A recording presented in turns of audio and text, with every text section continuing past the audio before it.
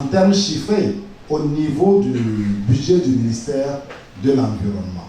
Donc voilà comment il faut apprécier le budget sur une base chiffrée, quantitative, mais aussi sur une base qualitative par rapport aux différentes dispositions de la loi de finances. Il faut voir le budget et il faut voir la loi de finances aussi. Voilà ce que je voulais ajouter. Merci. Bien, nous remercions Monsieur le ministre.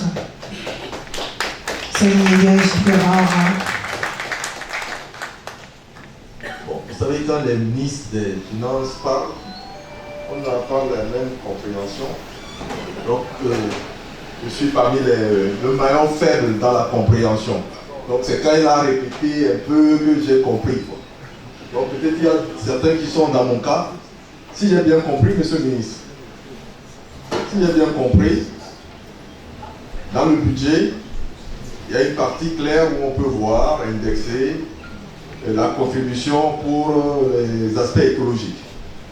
Par contre, dans un programme financé par l'État, notamment une route, on retrouve dedans non pas le coût de la route, mais ce qu'on va dépenser pour l'écologie.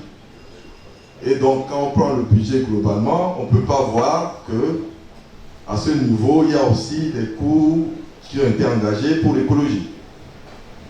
J'ai bien compris. D'accord. En français facile, c'est ça, parce que tout à l'heure, c'était en train d'initier. Voilà.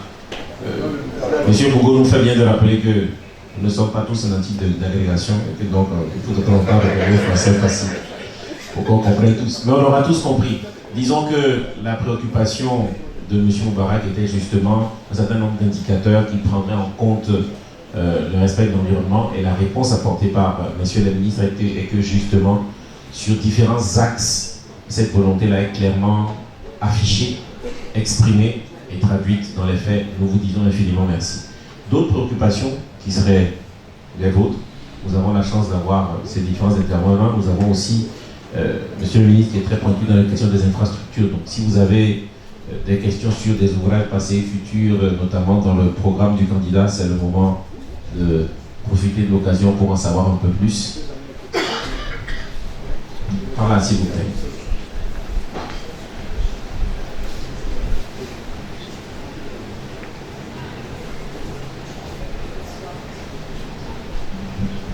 Bonsoir, je m'appelle M. Valabrec, Kofi.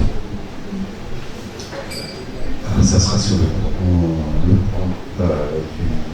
président PND. J'ai un peu de mal pour m'exprimer. Je viens d'installer une production de poulet de chair de 7 ans peut-être, là, sur fond propre photo. Donc, je sais que c'est dans la vision de son excellence. Et j'aimerais savoir plutôt sur les importations, ce que le Togolais mange. Aujourd'hui, on est venu, je suis de la diaspora, je peux dire ça, mais j'aimerais savoir comment on peut faire, nous, qui venons mettre des solutions pour donner le mieux manger, moins cher, de la qualité. Comment on va faire? Merci.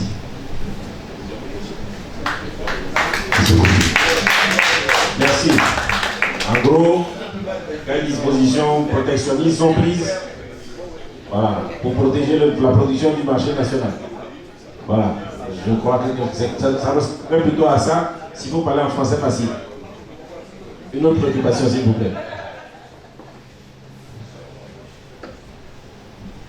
Oui, bonsoir. Moi, c'est M. Lamani de l'Office togolais des recettes. OTR, en fait. Donc, comme je suis là, je vais profiter de parler que le ministre de l'économie a à dire concernant les réformes. D'abord, sur le foncier. C'est toujours difficile de préciser après qu'un ministère parle, mais bon, comme c'est un afterwork, je me dis que je peux le faire. Ce serait peut-être pour cette seule fois. Et donc, pour le foncier, pour l'invitation des titres fonciers, il y a quelque chose de très important que nous avons voulu souligner. On peut le faire en ligne. En français facile, quand tu peux interagir chez quelqu'un avec un titre foncier, tu peux aller chez ton notaire et de son bureau, tu fais la mutation de ton titre foncier en ligne. Donc il y a un compte, tu uploads. Ah, ok. Il va approcher le micro. Okay. C'est bon? Le son, ok. Mais c'est bon? Je parle un peu trop vite, mais peut-être qu'à part ça, ça va. C'est bon? Okay. Et donc je disais que pour les titres, quand tu prends un terrain chez quelqu'un qui a le titre foncier, tu veux faire une mutation, tu n'es pas obligé de te déplacer vers le service des impôts. Et donc, de par le bureau de ton notaire, tu peux faire les formalités. Il y a juste un compte qu'on donne au notaire, il met les documents et tout, il a tout le processus en ligne. Et donc ça, c'est une vraie innovation par rapport au titre foncier. Parlant aussi c'est vrai, merci au ministre d'avoir précisé pour les véhicules hybrides. Pour les véhicules hybrides, parce que pour les 100% accordés, c'est pour les véhicules hybrides et électriques. Mais je voulais préciser que les réformes, quand on les fait, parce que c'est pour la loi de finances de cette année, la loi de finances 2020, mais les réformes, quand on les fait, il faut pratiquer les réformes. Donc, si tu les pratiques pas, ça n'encourage pas le gouvernement de les reconduire, parce que c'est pour cette loi de finances. Là, ce qu'on a fait, les réductions de la douane et autres, c'est pas advice. Non. Si on fait les réformes et les opérateurs économiques ne les saisissent pas, ça n'encourage pas le gouvernement à agir là-dessus, à les perpétuer. Ça, c'est très, très important. Maintenant, pour revenir aussi au niveau de la douane, parce que souvent on nous parle de célérité, le ministre en a parlé au niveau du port.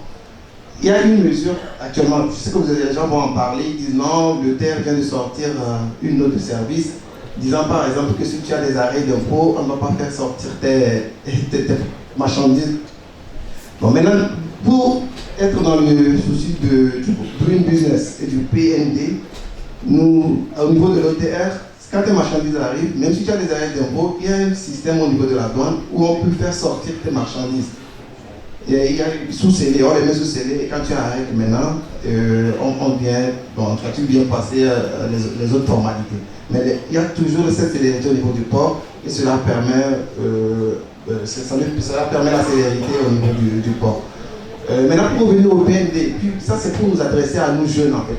C'est très bien de défendre la politique du chef de l'État, mais il faut qu'on puisse la connaître. Je ne suis pas sûr que beaucoup ont eu à lire les livres du PND. Moi, j'ai lu le PND et je dis qu'il n'y a pas de plan qui est très bien écrit. Sincèrement, si vous voyez les planificateurs, en termes d'objectif général, comment c'est formulé, comment c'est écrit, il n'y a pas de plan. C'est-à-dire qu'il n'y a pas match en fait. Et les vrais planificateurs vous diront que les objectifs ont été très bien formulés, mais comment il faut les objectifs généraux, les objectifs spécifiques, c'est très bien écrit. Donc je me dis que si nous devons vraiment défendre le chef de l'État, il faut qu'on soit aussi technocrate. Il faut qu'on apprenne. Il ne faut pas venir défendre juste parce que peut-être on veut un poste ou on veut des choses, mais il faut quand même maîtriser le pourquoi. Sinon le plan national de développement, c'est un vrai plan. Et si on l'a bien lu, le frère qui est venu poser la question par rapport à l'environnement, les enjeux de l'environnement sont présents. Le plan national de développement tient compte de cela. Et donc je voulais appeler les jeunes à ce qu'on lise vraiment, qu'on soit vraiment technocrate pour pouvoir bien comprendre. Ça s'adresse aux banques. J'aimerais nous poser la parole en soi et à la fois les questions. 30 secondes. Ah, ok, c'est par rapport aux banques. Parce que tout le monde fait bien de critiquer, c'est l'OTR. Mais je pense que le vrai problème dont font face les opérateurs de maintenant, c'est l'accompagnement des banques. Ils ont trop de conditions. Je ne sais pas comment. Ils sont là, ils vont répondre. Si les ministres sont là aussi, s'il y a des mesures incitatives à les apporter, je pense que ça peut vraiment les aider. Ce n'est pas forcément le terme, mais il y a aussi les temps.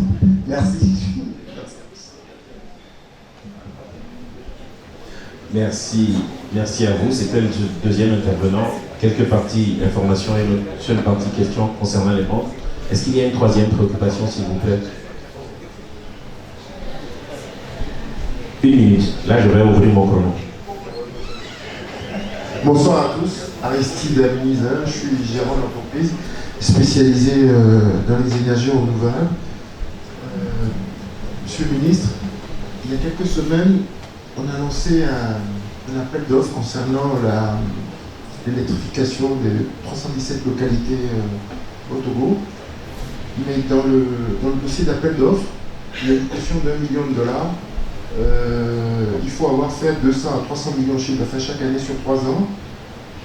Ces mesures visent à à limiter la participation des sociétés locales. Comment comptez-vous fabriquer des champions nationaux qui sont plutôt des sociétés qui vont doper l'employabilité des jeunes? Ça, c'est un vrai problème. On a autour de nous des jeunes qui sont maîtrisables, qui ont une licence, qui ont un 3e cycle et qui sont à la maison. Les 5 prochaines années, j'aimerais beaucoup que ces jeunes retrouvent un emploi. Je vous remercie. 55 secondes. Merci à vous, c'était la série des 3 questions. Si vous voulez. J'ai une question. Et en fait, c'est une surquestion parce qu'elle a été posée. Comme nous avons ici Madame la directrice générale de la BIC, j'ai remarqué une chose, le gouvernement tout voulait pour stimuler le secteur agricole à essayer de négocier, c'est-à-dire une facilitation à l'investissement dans le secteur agricole en tenant compte effectivement de la spécificité de ces secteurs parce que les risques sont importants, donc les taux, etc. Je voulais savoir si pour d'autres secteurs comme l'hôtellerie, l'industrie de production, si des banques, notamment la vôtre, peuvent s'engager à adopter un régime qui facilite l'investissement dans un secteur précis. Parce que nous comprenons bien, la banque ne peut pas prendre de risques partout, mais vraiment pour accompagner un secteur clé en tenant compte de la spécificité de ce secteur et en faisant en sorte qu'il y ait une facilité à soutenir l'entrepreneuriat dans ce domaine. Merci, c'était la 4e intervention. S'il faut le rappeler, il y a le premier intervenant, M. Kofi, qui rappelait qu'il a mis en place une unité de production de poulet de 7 ans peut-être, si mes souvenirs sont bons. Alors, voilà. En quelques mots, est-ce qu'il y a des mesures pour empêcher l'importation? J'espère que je suis fidèle à votre pensée. Pour stimuler la production nationale. Voilà. Deuxième préoccupation, c'était l'OTR qui a donné des éléments d'explication et d'incitation à lire notamment le PND pour faire mentir ne serait-ce que le dicton, pour cacher quelque chose dans la noire. Il faut l'écrire, j'espère que c'est faux. La banque met trop de conditions, parce que c'est bien ça. Nous avons des banquiers, vous pourrez y répondre. L'électrification demande des conditions astronomiques. Je ne les ai pas retenues, mais je crois que c'était de grosses conditions. Alors comment fabriquer des champions nationaux? Et puis la dernière préoccupation, elle est relative notamment à la BCI tout particulièrement. Pourrons-nous voir le plan commercial investir dans des secteurs spécifiques? On sait que l'agriculture est aujourd'hui couverte par un certain nombre de mécanismes. Est-ce que d'autres secteurs spécifiques pourraient bénéficier de cela? J'espère avoir été fidèle à la pensée des différents intervenants et je vous prie de bien vouloir apporter des éléments de réponse si vous voulez bien.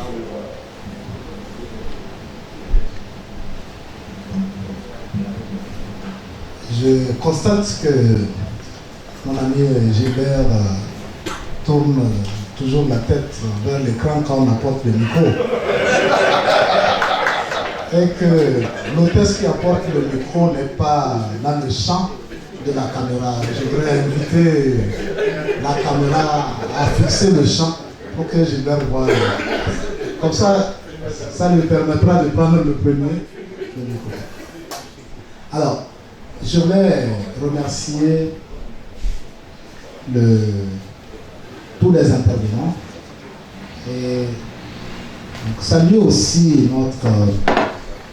la présence parmi aussi des gens qui ont cru à notre pays, à la politique du chef de l'État et à la politique du gouvernement pour rentrer, qui était à l'extérieur et qui appartenaient donc à la diaspora et qui sont rentrés pour initier quelque chose.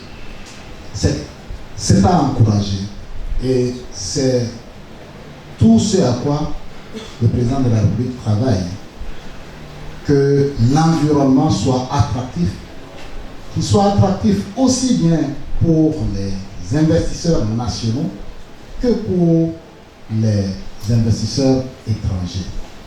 Et si il attire encore plus les filles et fils de notre nation, c'est tant mieux. Alors, en ce qui concerne le problème qu'il a posé, l'importation des poulets, ou en tout cas les produits qui commencent à être développés, dont la production commence à être encouragée au niveau national, je voudrais lui dire de persévérer en fait, parce que nous sommes dans un cadre au niveau régional et au niveau international où on ne prend pas des mesures pour interdire, disons, le commerce international. Sinon, vous avez tout de suite en face de vous l'OMC, le ministre Adélé n'est pas ici, mais il aurait pu vous en parler, les règles pour le commerce international. Donc, on ne peut pas prendre des mesures pour dire que nous interdisons l'importation de tel ou tel produit. Par contre, nous avons des approches pour pouvoir inciter la consommation des produits locaux, et c'est pour cela qu'il y a au niveau du ministère du Commerce, il y a un volet qui est consacré à la promotion des produits locaux. Le président de la République qui attache un grand prix. Au-delà donc de l'agriculture, il y a le secteur de l'élevage, donc qui bénéficie d'une grande priorité dans le cadre de son projet de société, et notamment les jeunes investisseurs qui prennent des initiatives et qui doivent être encouragés. Alors, au-delà des mesures que le gouvernement prend, qui sont des mesures indirectes, pas directes, mais des mesures indirectes, ça peut être au niveau des taxes, la stimulation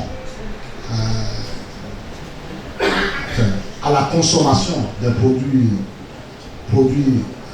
locaux, et aussi la baisse des taxes. J'ai dit tout à l'heure que le matériel agricole, enfin nous mettons agricole, du secteur agricole en fait, pas seulement de l'agriculture, il y a les équipements, mais il y a aussi l'élevage, vont bénéficier, dans le cadre du projet de société du chef de l'État, vont bénéficier d'une baisse des impôts et des taxes, sinon même de l'exonération des impôts et taxes sur certains matériels. Ça permet de faire baisser les coûts de production, et avec la qualité, puisque vous savez qu'aujourd'hui, de plus en plus, les gens recherchent à consommer bio, et ce que nous importons, nous n'avons pas la certitude de la qualité de ces produits.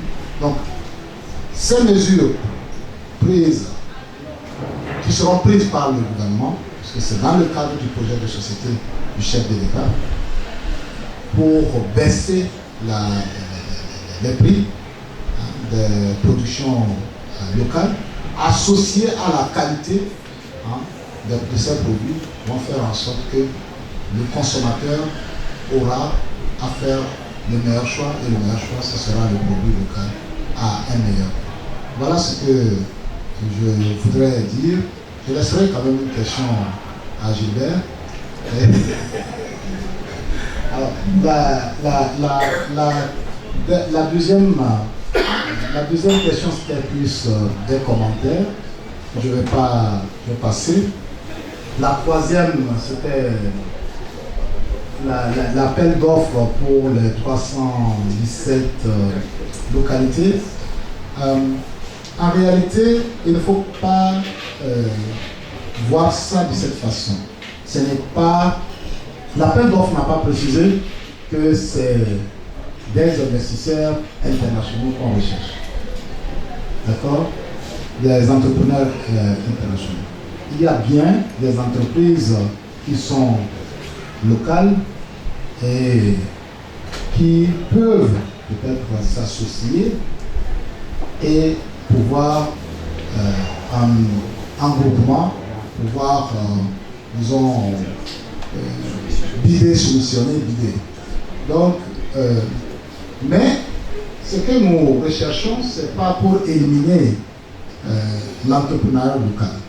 C'est compte tenu de l'importance de ce projet et des fonds qui sont engagés, parce que c'est quand même plusieurs dizaines de milliards, et il est important quand même qu'on puisse avoir une caution bancaire consistante. Alors, maintenant, quand l'entreprise va avoir l'entreprise qui sera sélectionnée dans le cadre de ce processus, va travailler certainement avec les entreprises, disons, d'une taille beaucoup moins importante, et il y aura donc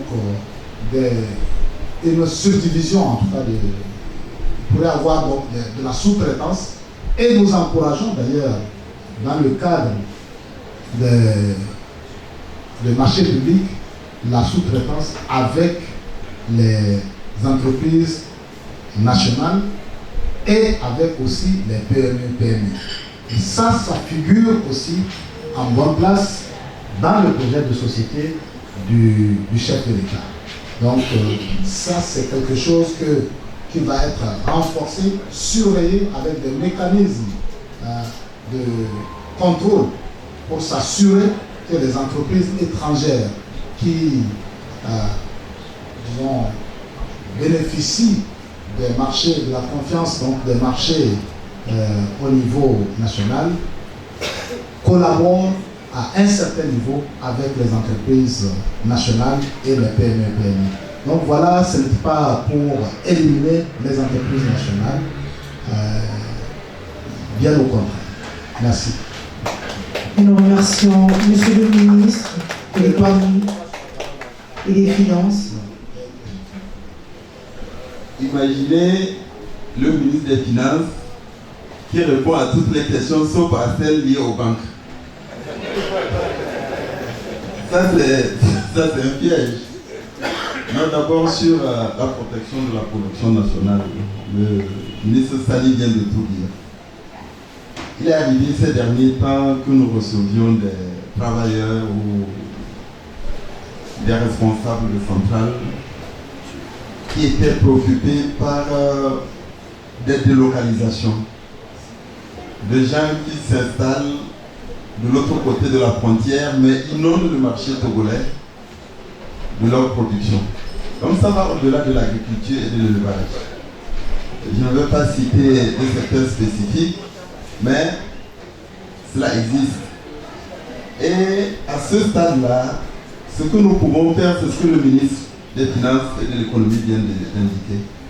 Ça ne peut être que concilier à la fois notre adhésion et notre plein soutien et contribution à l'intégration sous-régionale, mais étudier et développer des mesures indirectes, non tarifaires, pour faire en sorte que la production nationale puisse être protégée.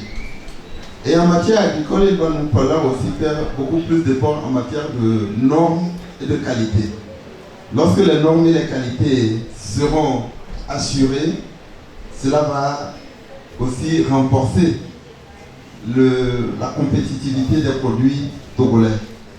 En toute hypothèse, le chef de l'État, en créant un ministère rattaché au commerce et dédié à la promotion de la consommation nationale, c'est justement pour protéger la production nationale. Je voudrais rassurer, par exemple, à l'occasion du 27 avril ou de certaines commémorations et célébrations nationales, on fera de plus en plus à ce que tout ce qui est consommé, le maximum soit la production nationale. C'est pour inciter, soutenir et stimuler la production nationale. Je voudrais aussi profiter pour indiquer que dans le cadre des engagements du président Faure, pour les 5 prochaines années, afin de démontrer notre soutien aux initiatives comme celle que vous avez prises, en étant à l'extérieur, de revenir au pays, apporter votre contribution. Il y aura un guichet unique des Togolais de la diaspora. C'est-à-dire un service qui peut permettre de fournir le maximum d'informations, de voir quel genre de facilités peuvent être mises en place pour inciter, encourager et soutenir nos concitoyens qui sont à l'étranger, à l'extérieur, qui souhaitent revenir et contribuer au développement de notre pays. Enfin, je vais donner une indication concernant le fait qu'il y ait un certain nombre d'exigences ou de conditionnalités sur certains marchés. Comme nous parlons de l'électricité, on peut comprendre que les aspects liés à la technicité, à la complexité, peuvent amener à hausser un peu plus les exigences. Alors, comme le ministre le dit, si ça peut encourager les entreprises togolaises à aller en groupement, en même temps que l'État prend des mesures pour amener les entreprises non togolaises à sous-traiter et à traiter certains aspects avec les entreprises nationales, cela va permettre de développer un savoir-faire et une compétence, et progressivement, elles seront en mesure d'être les soumissionnaires et même les bénéficiaires de ces marchés. Je vais donner une seule indication concernant le dernier élément. Est-ce qu'on peut imaginer des LIPA dans d'autres secteurs que l'agriculture, c'est-à-dire des mécanismes incitatifs de financement des entreprises? Pas spécifiquement. En revanche, dans les promesses et les engagements du candidat fort, il y a la mise en place d'un fonds spécial qui va permettre de soutenir et d'appuyer les entreprises en croissance et innovantes des femmes et des jeunes. Ce n'est pas nécessairement un mécanisme similaire au MIPA, mais ça a des aspects qui permettent d'accéder éventuellement plus facilement au financement. Ça peut être également un accompagnement technique pour les aider à mieux formuler leurs projets de création d'entreprise. Et enfin, pour les jeunes et les femmes, il y aura une mesure spéciale qui consistera à ce que lorsque ces jeunes et ces femmes veulent créer des entreprises, ils seront placés, ils bénéficieront du statut de la zone franche. Ce qui signifie l'allègement d'un certain nombre de formalités et de procédures, et autant que faire se peut, l'allègement d'un certain nombre de taxes et d'impositions. Voilà un ensemble de mesures qui vont concourir à véritablement faciliter et booster la participation et l'implication des Togolais au dynamisme de notre économie.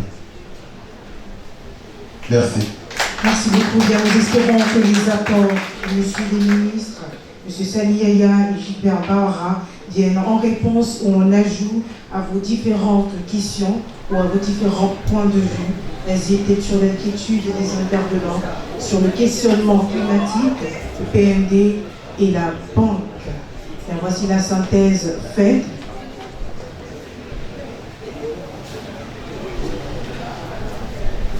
Nous prendrons encore tout au plus 2 questions. Nous prendrons 2 questions en surplus. Et nous retournons sur l'aspect banque.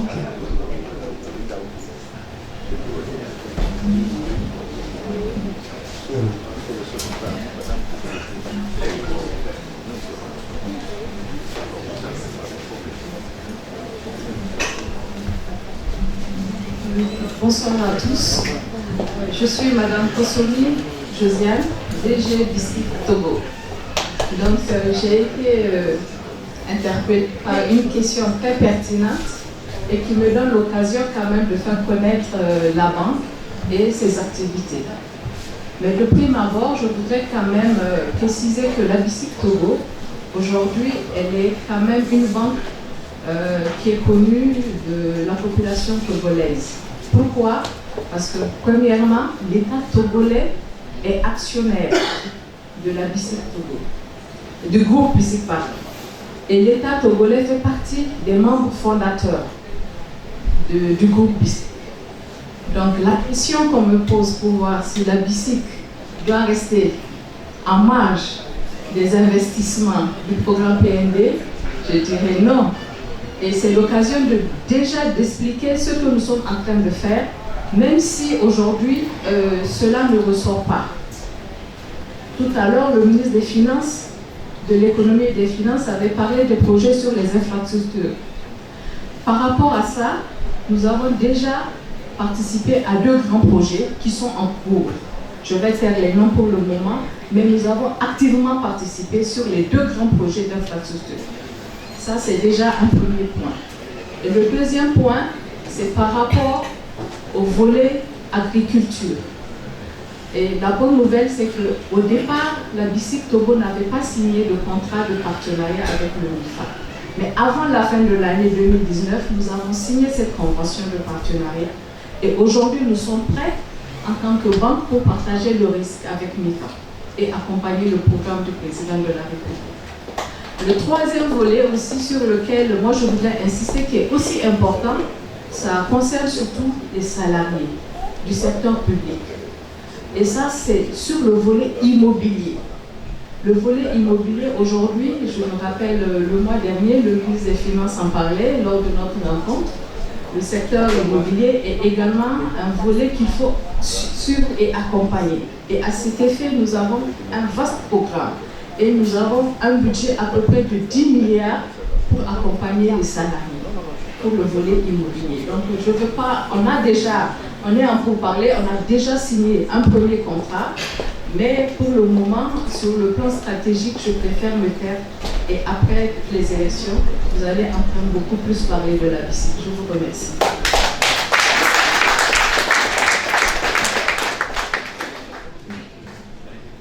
Merci. Mon nom c'est Eva Badou. Je suis président du MIFA. Je suis arrivé un peu en retard. Je suis le président du conseil d'administration du MIFA. Le MIFA a, à ce jour, presque investi, accompagné pour 9 milliards 500 millions de francs CFA. Nous avons pris un risque dans le domaine agricole de 9 milliards 500 millions. Où les banques ont pris 50%, le MIFA a pris 50%. Ça, c'est vraiment une volonté du chef de l'État d'aider le secteur agricole parce qu'on trouve au niveau du Togo, le secteur agricole utilise 60% des actifs et 40%, monsieur le ministre, si je ne me trompe pas, du PIB du Togo. Mais il était financé qu'à hauteur de 0,3% par les banques. L'objectif du MIFA, c'est de passer de 0,3% à 7%. Mais nous nous disons, même si on va y aller graduellement, mais même si on passe à 3%, imaginez-vous le changement dans la vie des paysans togolais, où ils auront plus de revenus, les enfants iront plus à l'école et il y aura un bien-être et un bien-vivre dans les villages. C'est ça l'objectif. Et ça fait partie du PND. Le programme national de développement, je suis un peu en retard, monsieur le ministre, excusez-moi, parce que je sors d'une réunion vers 16h, avec 250 jeunes à Niala, l'incubateur du FAEJ, où j'ai parlé avec des jeunes chefs d'entreprise ou des jeunes créateurs d'entreprise.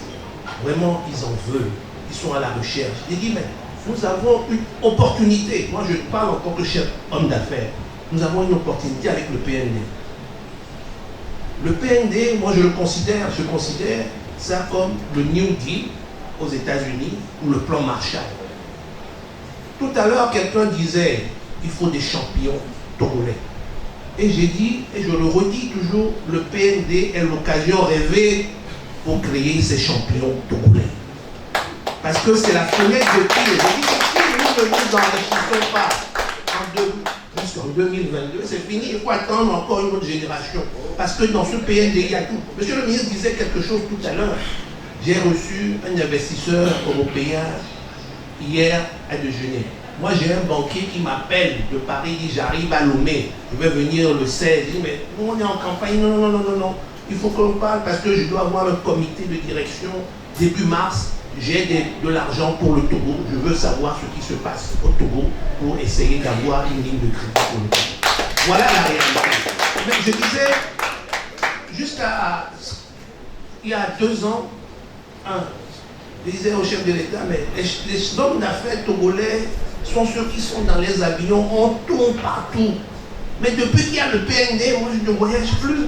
Je suis là, les gens me contactent pour savoir dans quel secteur vous pouvez nous aider à investir. Nous voulons venir au Togo. C'est une opportunité, quelles que soient les tendances, les clivages, il faut tous se mobiliser pour que ce PND pas réussisse, pour que nous puissions en profiter. C'est une opportunité, c'est une ouverture. C'est ce que je voulais dire, apporter comme témoignage, pour dire que aujourd'hui, beaucoup de choses ont été faites. Si nous sommes là aujourd'hui, tous là, c'est parce que nous avons vu la réalité au niveau des infrastructures. J'ai des amis qui sont venus du Gabon ce week-end, ils ont pris le téléphone pour appeler, mais il n'y a pas de trou dans ce pays. Nous, on s'en rend plus compte. C'est parce que dans d'autres pays, il y a encore des trous. Il faut voyager pour voir la différence. Moi, j'ai vu mon pays se transformer en 5 ans. Je suis fier quand je rentre au 2 février, et je l'ai dit, la première fois que je suis rentré au 2 février, après la rénovation, j'ai dit que Fort Nyakimbe nous a rétabli notre dignité. Parce que nous avons un hôtel digne. C'est une conviction. Parce que si vous êtes homme d'affaires, vous êtes dans les dispositions d'affaires, où vous avez des contacts qui viennent, les gens veulent faire du business. Le ministre a dit que c'est la stabilité. Je reparlais aux jeunes tout à l'heure. Ce n'est pas seulement la sécurité, c'est un tout pour l'investisseur. On sait que les banques font des notations. Madame la banquière est là. Il y a A, B, C, D, F, G. G, c'est guerre. F, c'est que ce n'est pas bon. Le Togo n'est plus dans ça. Monsieur le ministre était à Londres pour des opérations. C'est parce qu'il y a la confiance. Nous avons la confiance. Les partenaires nous considèrent comme des gens sérieux pour que nous puissions évoluer et développer. Moi, c'est ce que je voulais apporter comme témoignage, un compliment au monsieur qui voulait pour ses produits. J'ai eu à répondre à cette question tout à l'heure. J'ai dit, pendant 10 ans, 15 ans, il y avait un départ. Aujourd'hui, je dis que c'est l'Alia chez les Juifs, c'est le retour en Israël, en terre promise. Aujourd'hui, les Togolais rentrent chez eux. Si, il y a un retour vers le pays. Quand vous êtes dans les avions, les gens reviennent au pays parce qu'ils croient à un changement, parce qu'ils croient à un développement. Il y a à faire, il y a des affaires à faire. Et moi, je suis rentré au Togo quand j'ai terminé mes études en 90. De 90, aujourd'hui nous sommes en 2020, ça fait 20 ans, j'ai vu le changement, j'ai vu la stabilité, j'ai vu la paix et les affaires sont en train de reprendre. C'est ça le plus important pour nous les hommes d'affaires. Nous suivons celui qui nous donne les conditions pour que le business se fasse. Et je pense que le chef de l'État, quand on préparait le PND, on était ensemble à Kara, il a évoqué le problème de stabilité. Il a dit, je suis passé dans les villages. Il y a le projet CISO, qui est un grand projet qu'on a fait au Togo, qui est devenu un projet phare, c'est un projet exemplaire pour l'ensemble de l'énergie dans le monde. Ça vient du tout. Quand on veut parler de l'électrification rurale ou de panneaux solaires, c'est l'exemple du Togo qu'on prend pour dire qu'il y a le projet CISO. Tout ça, c'est un actif. Nous avons une visibilité maintenant. Il faut que nous en profitions. Il faut que nous, en tant qu'homme d'affaires, investisseurs, il y avait quelqu'un qui avait dit à l'époque, j'étais jeune, il dit que s'il était comptable, au bilan, il y a le passif, l'actif, on met quelque part le capital, il dit après le capital, il mettrait encore un montant, stabilité, il donnerait un montant. Moi, je suis arrivé à ça. Je vous remercie, monsieur les ministres, représentants ici, pour tout ce qui a été fait dans ces années-là. Et je pense que nous avons fait le déplacement ici pour apporter encore une fois notre appui, parce qu'on ne change pas une équipe qui gagne et une équipe qui gagne. Voilà Un grand merci pour les différents apports suite aux différentes questions, aux inquiétudes, aux espoirs que cet afterwork aurait été productif. Le ministre des Finances. Je voulais juste un petit mot pour dire, parce qu'il a prononcé un mot qui m'a rappelé que c'était très important de partager avec vous. Il a parlé de notation. Ok? Mais sachez que notre pays est aujourd'hui noté et que nous avons une bonne note par S&P et Moody's. Donc, c'est B3 et B, avec Outlook stable. Et ça, c'est très important dans vos négociations avec, en tant qu'homme d'affaires, c'est très très important de le savoir, dans vos négociations avec vos partenaires commerciaux extérieurs, c'est très important de pouvoir évoquer cela. Parce que c'est fait pour dérisquer notre pays. Au-delà de cela, il y a beaucoup d'autres mécanismes que nous avons mis en œuvre. Le chef de l'État a instruit de mettre en œuvre des mécanismes de garantie pour dérisquer le pays. Et donc, au niveau même de la négociation avec les banques, notamment les banques extérieures, notamment les crédits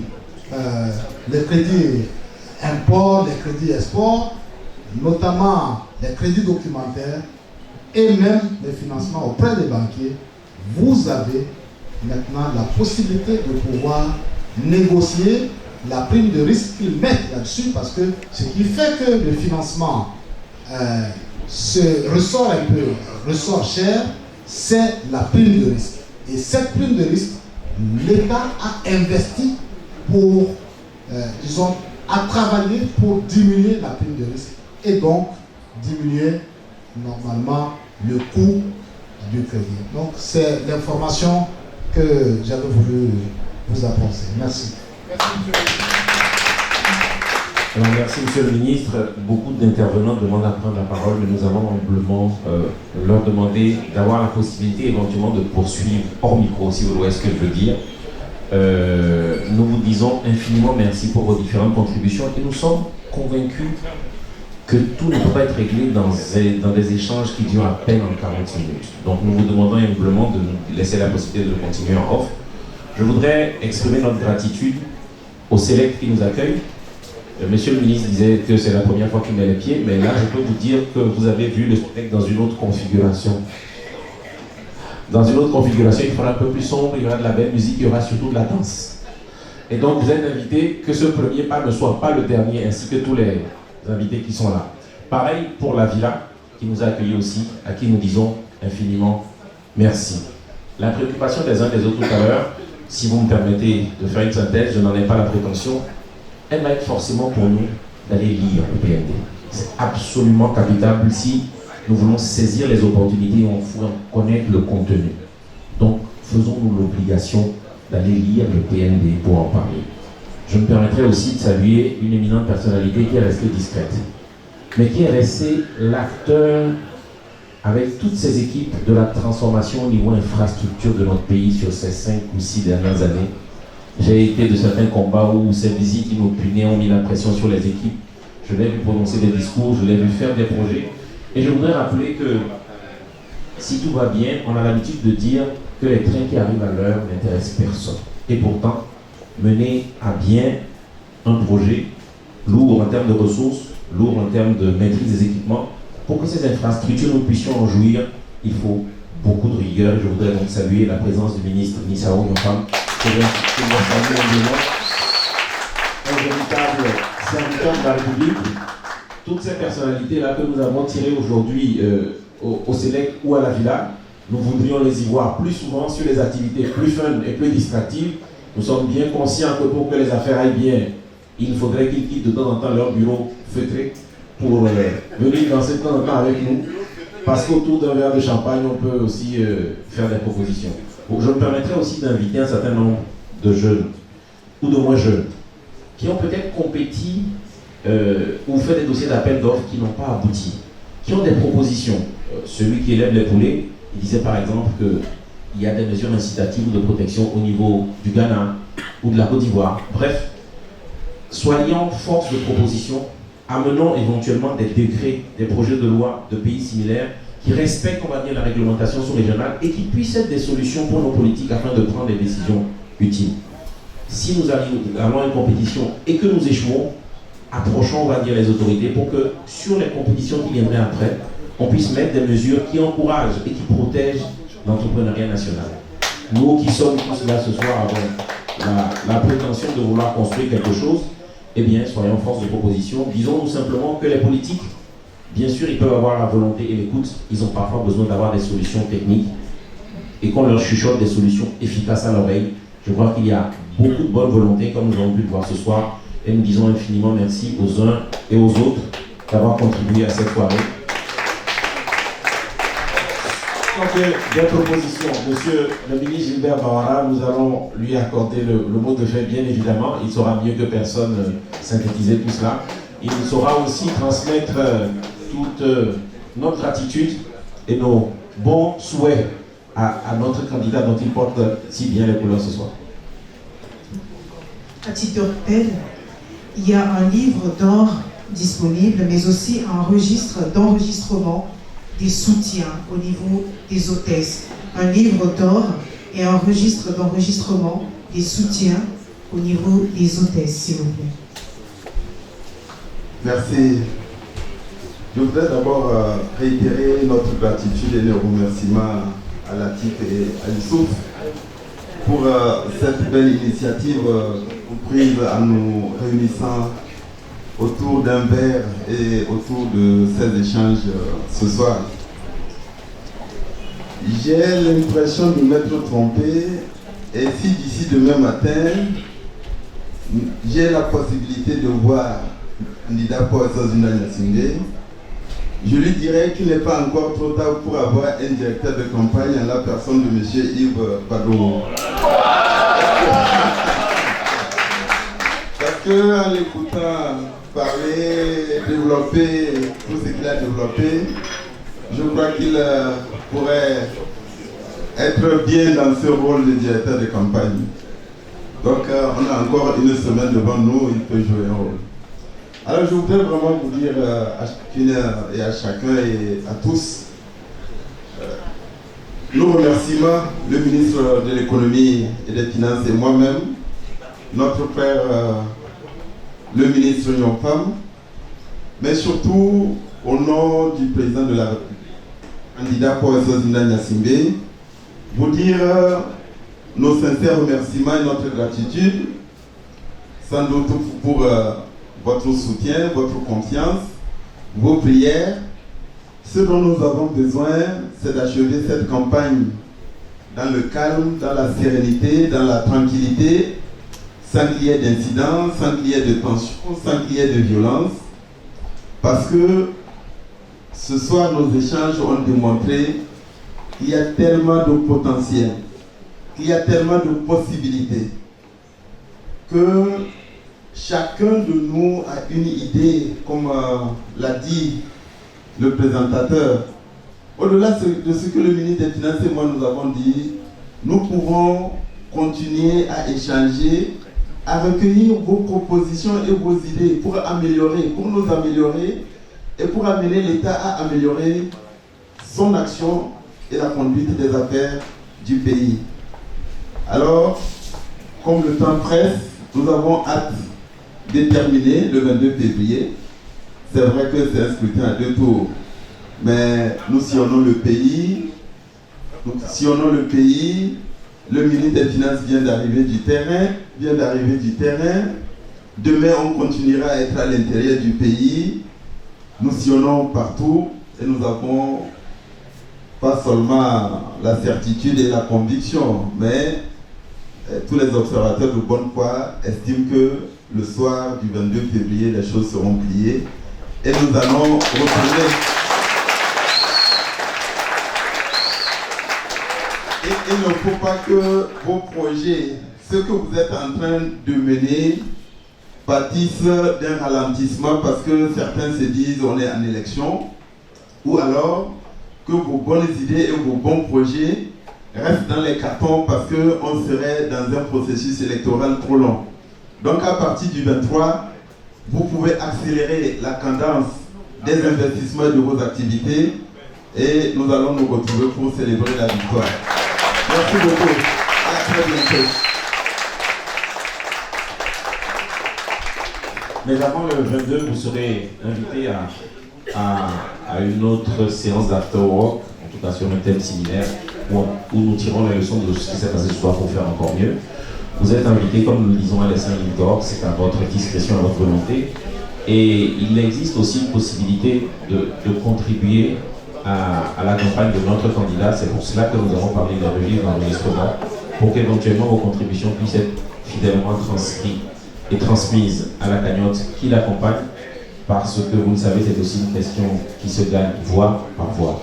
Nous voudrions dire infiniment merci à vous toutes et à vous tous, et vous donner rendez-vous, je pense, pour la semaine prochaine. Restez à l'écoute. Merci une fois de plus au Select et puis à la Villa. Merci à Marie, qui va certainement conclure mieux que moi. Merci beaucoup Patrick.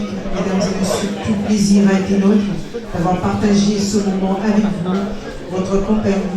Bien, on vous souhaite une très bonne suite de soirée. On vous dit à très bientôt pour un second afterwork digne de ce nom. Merci. Monsieur le ministre des Finances, ne partez pas, on va changer la configuration. On va vous faire voir le Select dans son aspect vrai.